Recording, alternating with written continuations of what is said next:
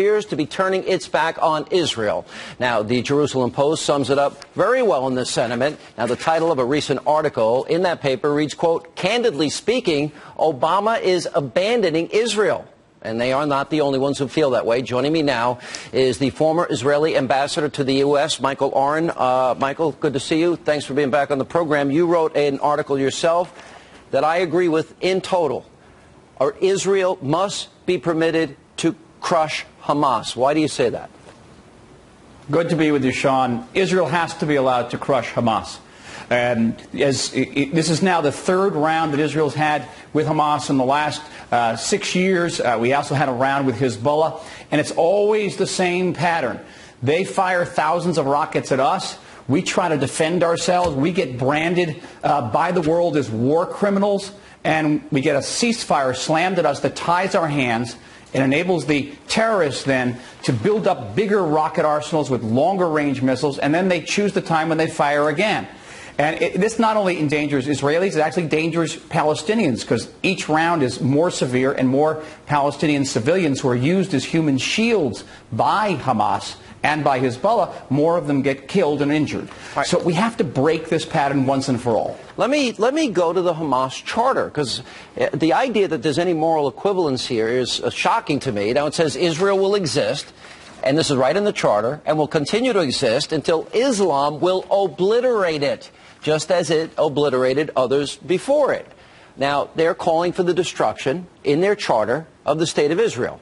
We give this coalition government United States tax dollars, and I think that is a huge mistake. Are we, by pressuring Israel to pull back from breaking down their infrastructure and tunnels, are we, meaning the administration, John Kerry, Barack Obama, are they becoming the de facto supporters of Hamas? Because it seems like they are.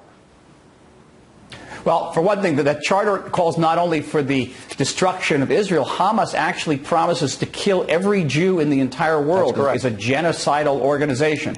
Extraordinary. It's racist and vicious and genocidal. And this week, American-trained Palestinian security forces on the West Bank actually guarded a Hamas demonstration in Nablus. So American taxpayers are also paying to guard Hamas demonstrators on the West Bank. It is not a very rational situation. The Obama administration today is engaged in negotiations with Israel, with other elements in the Middle East. Some of them are not viewed by Israel as very helpful. The Qataris and the Turks, certainly not.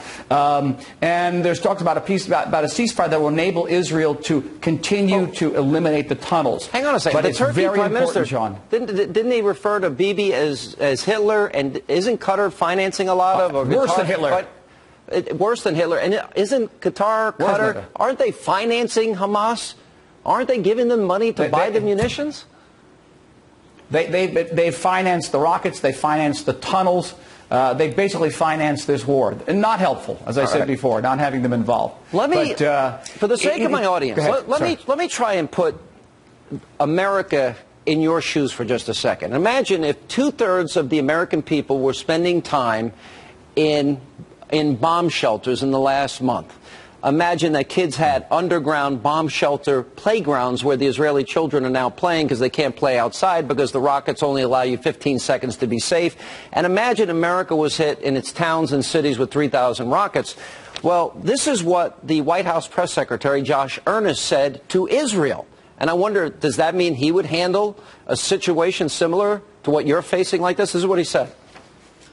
The Israelis need to do more to live up to the standards that they have set for themselves to ensure the safety of innocent civilians on both sides of that border, including Palestinian people. So it is apparent from the reports that we have seen about the civilian deaths that there is more that the Israeli military can and should do to account for the safety of Palestinian civilians. Now, I want to play one other one. Jen Psaki over at the State Department. Listen to what she said that Israel needs to pull back. I want you to listen to this.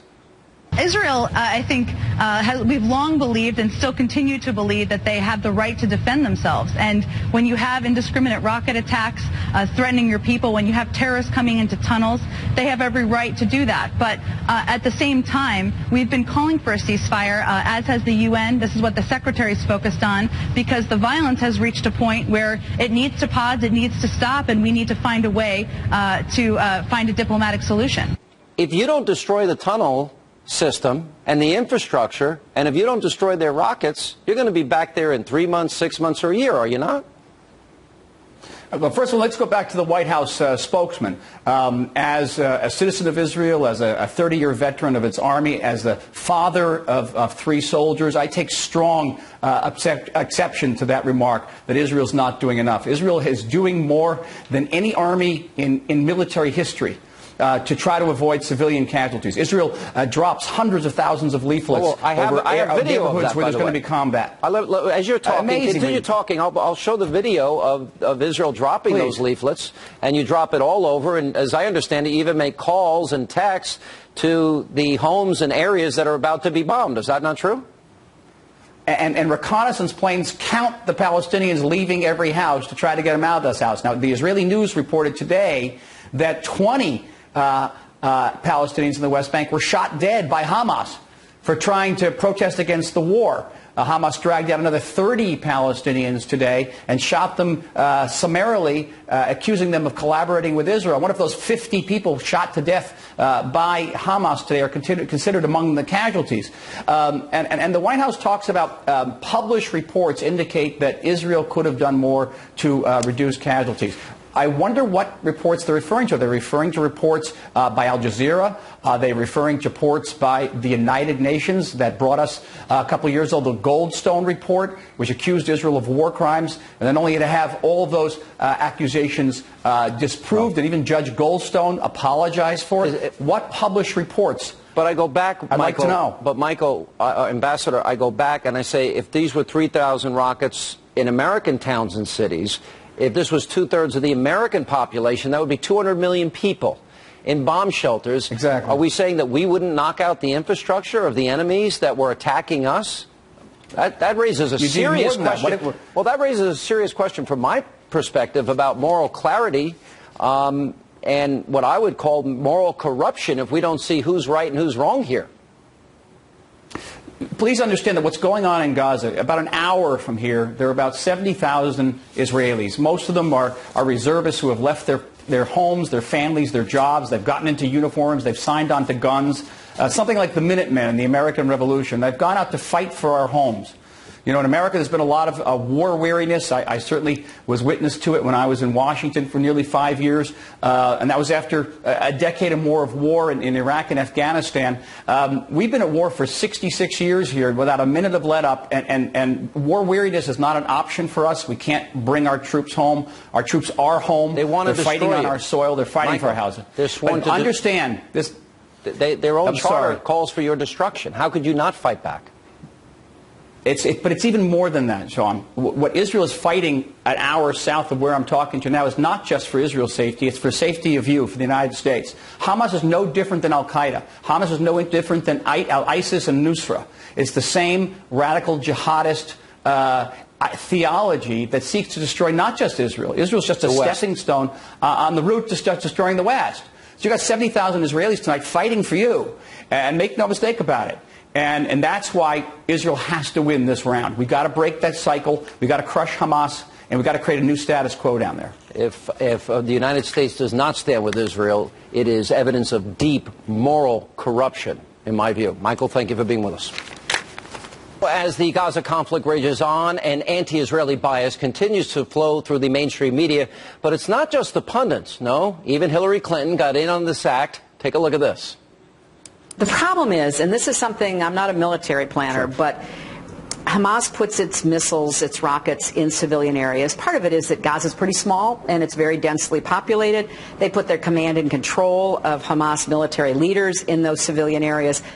All right, that's not all. House Minority Leader Nancy Pelosi seems to think that Hamas is, in fact, a humanitarian organization whose charter, as I remind you, calls for the destruction of Israel. Watch this stupidity.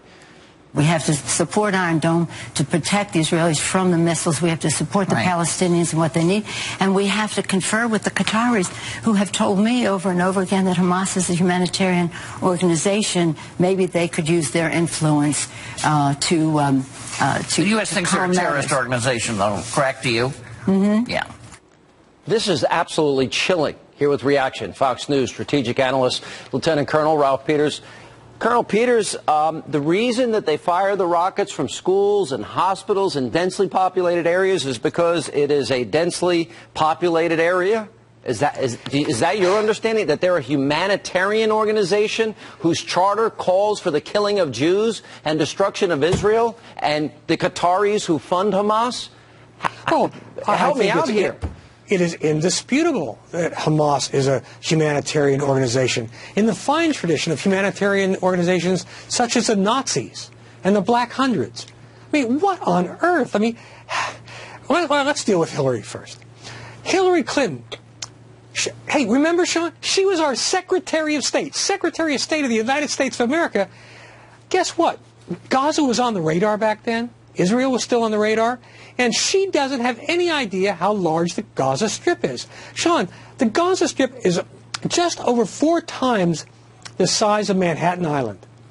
Yeah. In other words, there's a fair chance that Hamas could have found a few sites from which to launch rockets that aren't immediately adjacent to schools or hospitals or aren't in the middle of playgrounds.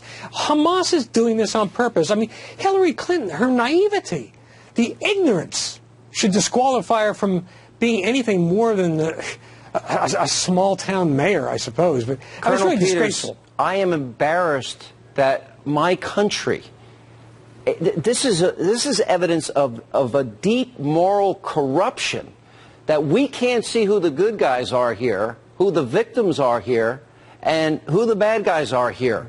The ones that are committed to an Islamic caliphate that are calling for the destruction of an innocent people in an innocent country, they're the bad guys. We ought to be standing with the good guys, the ones that are the victims of 3,000 rockets, of kidnapped children, of tunnels being, literally dug into their country. Those are the guys that need our help. But we seem to be on the wrong side here, Colonel.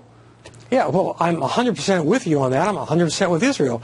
But I think you're slightly wrong about one thing. Help me out. When you talk about it being moral corruption, moral corruption implies a certain level of intelligence, of the ability to make conscious decisions, whereas Nancy Pelosi seems like this stupid automaton, for God's sakes. I mean, let's look at what she said. We must confer with Qatar, with the Qataris. The Qataris are the #1 funder. They've replaced the Saudis as the #1 funder of extremist organizations throughout the Middle East, not just Hamas. The Qataris, they play us like a bass fiddle. People in Washington, and some on both sides of the aisle, have this illusion, this persistent illusion, that somehow we can chummy up to these Islamist regimes and things will be wonderful. And Nancy Pelosi wants to talk to them, and when even the Egyptians, even the Egyptians and the Saudis, even the Saudis are they're against more Hamas. supportive than we are right now. Yeah, and by the way, let me ask you this. Sure. Let's assume that she's never read Hamas's charter or doesn't read a newspaper. Let's assume that about Nancy Pelosi. Let's assume she's ignorant, and let's just look at the facts as they exist on the ground, and that is that it is Hamas that kidnapped 3 students and killed them. It's Hamas that fires thousands of rockets into Israel. It's Hamas that have dug the tunnels into Israel. It's Hamas that is dedicated to the destruction of Israel. You have to be beyond dumb to not get this.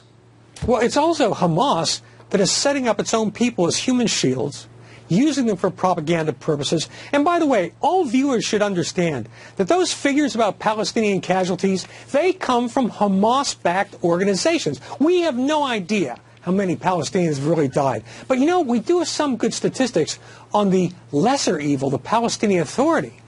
When's the last time any of the journalists now in Gaza weeping over the Palestinians covered the expulsion of Christian Palestinians, even from Bethlehem, as part of the purge of Christians throughout the Middle East? I mean, Hamas is evil. It's proof of the banality of evil. Israel is a force for virtue, justice, civilization, decency, and goodness, and so much of the global media unaccountably Colonel, It's siding with Hamas. Isn't Hamas, Hezbollah, Islamic Jihad, Muslim Brotherhood, ISIS, Al-Qaeda, aren't they all one and the same? They desire a worldwide caliphate, the destruction of Israel, and the death to Jews around the world. Isn't that their stated goal? And everybody must convert or they will be killed. They are infidels. Isn't that what radical Islam is about? Death to Jews and death to Christians. And again, Washington and both sides of the aisle to a degree will not face up to the fact that in Middle Eastern Islam there is a sickness right now that has perverted the religion grossly. Modern day Nazis. Modern day Nazis. All these factions competing to see who can kill the most Christians, kill the most Jews. I mean, again, the Obama administration doesn't care about dead Christians, dead Jews, but gosh, they're really worried. We want a ceasefire to rescue Hamas. Ceasefire? No ceasefire, Sean. No ceasefire. Wipe Hamas out. Let me use one more Russian phrase, because Russian's an expression language. Unичтожить как class. Wipe them out. Amen. Thank you, Colonel. Appreciate it.